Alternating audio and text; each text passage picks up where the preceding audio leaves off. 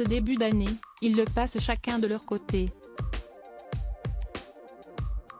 Mariés depuis l'année 2003, Clotilde Courreau et son époux Emmanuel Philibert de Savoie sont effectivement aux extrêmes opposés du globe. La comédienne profite de la Dolce Vita du côté de Rome avec sa fille Vittoria. Son partenaire, lui, s'est envolé en direction des Bahamas, comme il l'a prouvé sur les réseaux sociaux en prenant des photographies depuis son avion.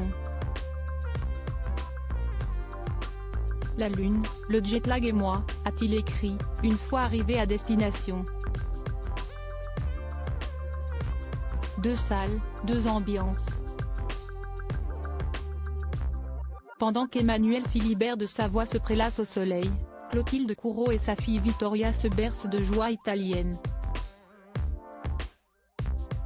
Visite de sites historiques, douceur locale et morceaux de jambon.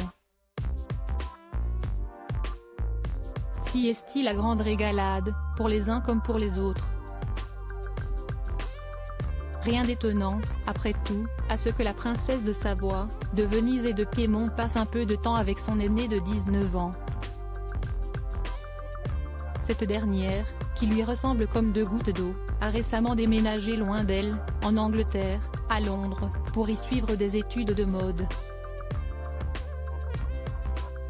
Toutes les 2 à 3 semaines, je vais les voir mannequins à ses heures perdues, engagés dans les causes humanitaires, notamment pour venir en aide aux réfugiés de la guerre en Ukraine. Vittoria n'est heureusement pas seule au Royaume-Uni. Elle a déménagé à Londres avec sa petite sœur de 16 ans, Louisa. Le duo a, d'ailleurs, régulièrement droit à des visites de maman, juste au cas où. Elles étudient toutes les 2 en Angleterre mais je reste très présente et toutes les 2 à 3 semaines, je vais les voir, assurait-elle, en tout cas, dans les colonnes de la version suisse du magazine Elle. Entre nous, le dialogue est primordial. Le lien est nécessaire afin de construire leur vie de femme et en plus cela me rassure. Si Clotilde Courreau est actuellement à Rome, ce n'est pas seulement pour se payer une part de 4 fromages.